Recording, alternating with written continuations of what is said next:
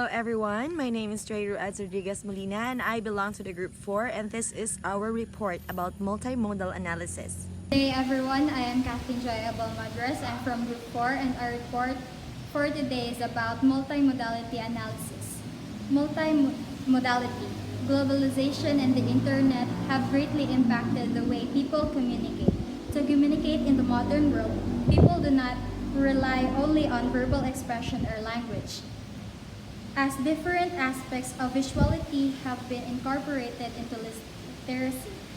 So, as language is inherently multimodal, multimodality is also present in the natural language learning. Take, for instance, a child learning a language.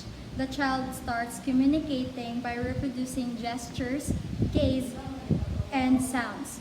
It is only when these modes have been proven successful that the child starts uttering words with different paralinguistic effects, and later complete information unit with their particular pauses, intonation, and stress distribution. So, good day everyone. My name is Alaisa Midalauta. So, today we're still gonna talk about multimodality. So, according to Mathiasen in 2007, as cited by Kamesho Tole and Gomez, close observation of early language learning and later language use has proven that there is usually a relationship between gestures and other modes of expression and meaning. Thus, language is mobilized as sounded speech, some through gestures, posture, facial expression, and the other embodied resources such as physical distance, stance, and movement. Hey everyone, this is a continuation report of multimodality. During the mid-20th century, due to the proliferation of new technologies such as photography and video, communication has involved images as can be seen on Facebook, Twitter, Pinterest, and in other social media sites and TV ads. So a multimodal approach is necessary to fully understand it. So communication has involved images since the mid-20th century thanks to the proliferation of new technologies such as photography and video, as seen on Facebook, Twitter, Pinterest, and other social media sites and TV ads. So, necessitating a multimodal approach is to fully comprehend it. Moreover, at the end of 20th century, with the increasing research, studies in cognitive learning field, it has become indisputable that different ways of representation or action influence in human attention, interaction, perception and interpretation, and construction of meaning. So, this generation, our learning will be wide, and because of increasing of technology, and our learning must be enhanced, and because of that, so we can. In addition, it has been demonstrated in using different modes, a student of perception of his or her own learning process.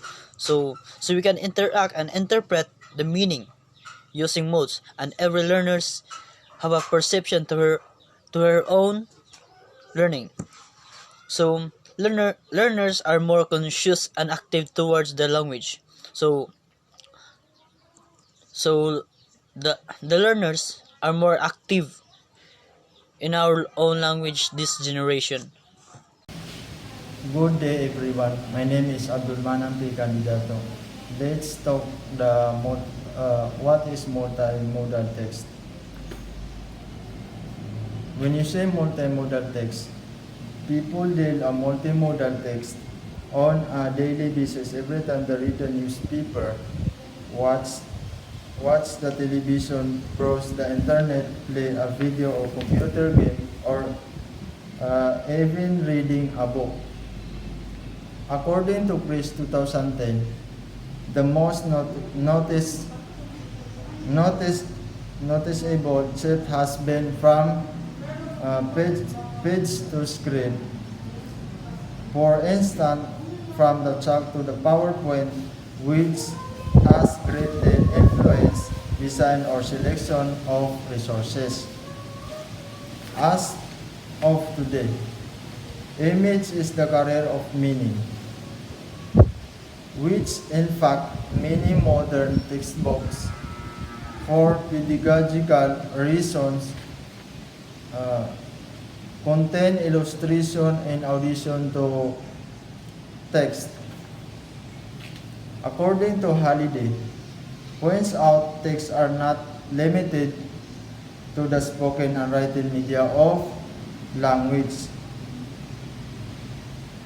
Instead, there are many other reasons can be used or create text in addition to spoken and written words. This is called multimodal text.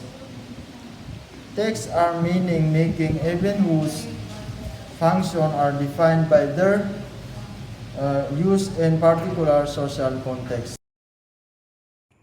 Multimodal text. Multimodal text uses a combination of two or more communication modes. For example, print, image, and spoken text as in film or computer presentation. Good morning everyone, I'm Lisa Picoy and this is my report about multimodal text.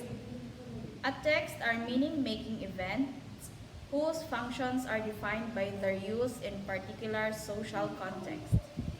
According to Anstey Bull in 2010, defined it as a text that combines two or more semiotic systems.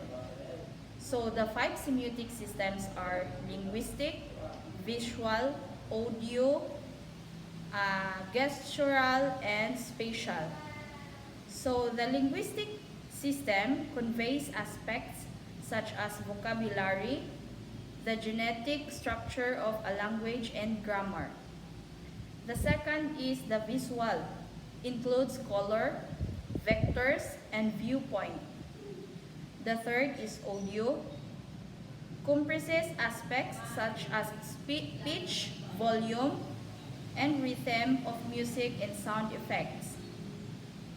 The fourth is gestural, features movement, speed, and stillness in facial expression and body language. Lastly, the spatial. The spatial semiotic system, which is composed of aspects like proximity, direction, and position of layout, and the organization of objects in space. Hi everybody. So now let's continue the topic about multimodal text. Well, actually multimodal text has a lot of definitions. So I have here as Holiday points out that texts are not limited to the spoken and written media of language. Instead, there are many other resources that can be used to create text in addition to the spoken and written word. So that is what multimodal text according to Holiday. So, based on the report of my groupmate earlier, it says that we deal with multimodal text on our daily basis. In what way? So, just like reading newspaper, watching television, browsing the internet, or even playing computer games or video games. And according to Crest in 2010, in the last few decades, the most noticeable shift has been from page to screen and chalk to PowerPoint. Why? Well, at least to those people at my age right now, I think we can still remember during our elementary and high school days that if ever our teacher would like us to read something, so they will just easily say, "Okay, class, good morning. Open your book and read pages 8 to 9." That was before.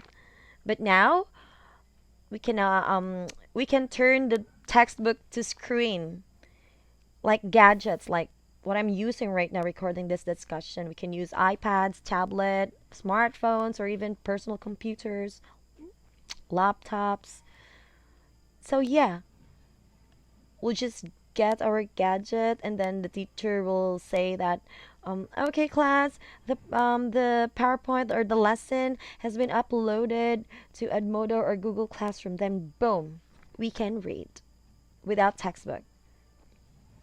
And by the way, research has documented changes in school textbooks, and evidence shows how image in old textbooks were used to supplement the text, while today image is the carrier of the meaning. So let's elaborate. So the image in the old textbooks is just to supplement the text. It's right. It's true because before in my elementary days we used this kind of textbook that the text is actually dominant than the picture or the image. So the rule of the image is just to support the statement that is written on the textbook. While today, I don't know if you're like, I think all of us today, say, let's say for an instance, in a messenger, a Facebook messenger, when your friend send you a message saying, "Hey, good morning, how are you?" So there are a lot of times that we don't want to reply by text, but we want to reply by emojis. It's like if you're sad, then you will send a sad emoji. And then the other person on the other line will immediately know the meaning that, oh my god, he or she is sad. So yes, image is the carrier of the meaning today. Okay, so now let's continue. So multimodal text can be delivered through different media or technologies. So they may be live, paper, or digital processes. So, for example, a Downy advertisement as a multimodal text. So this is a laundry discourses, form part of a family life discourses.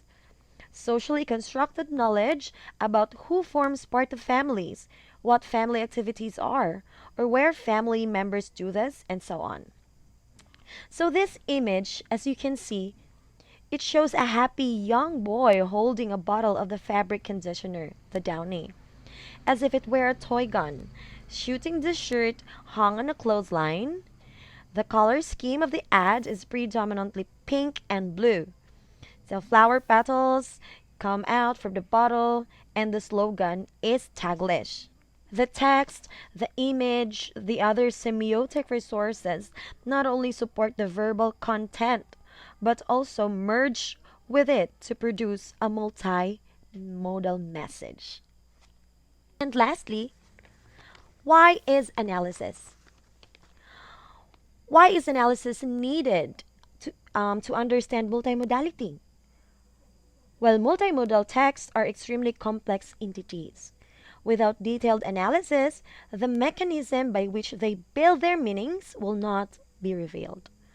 So analysis is needed in order to make the multimodal signal being sent out by multimodal text visible and to avoid pre-structuring of results of the analysis with preconceptions imported from our experience with any other kinds of semiotic artifacts. That's all for our report. Thank you so much, everybody. Thank you so much, Ma'am Hyra.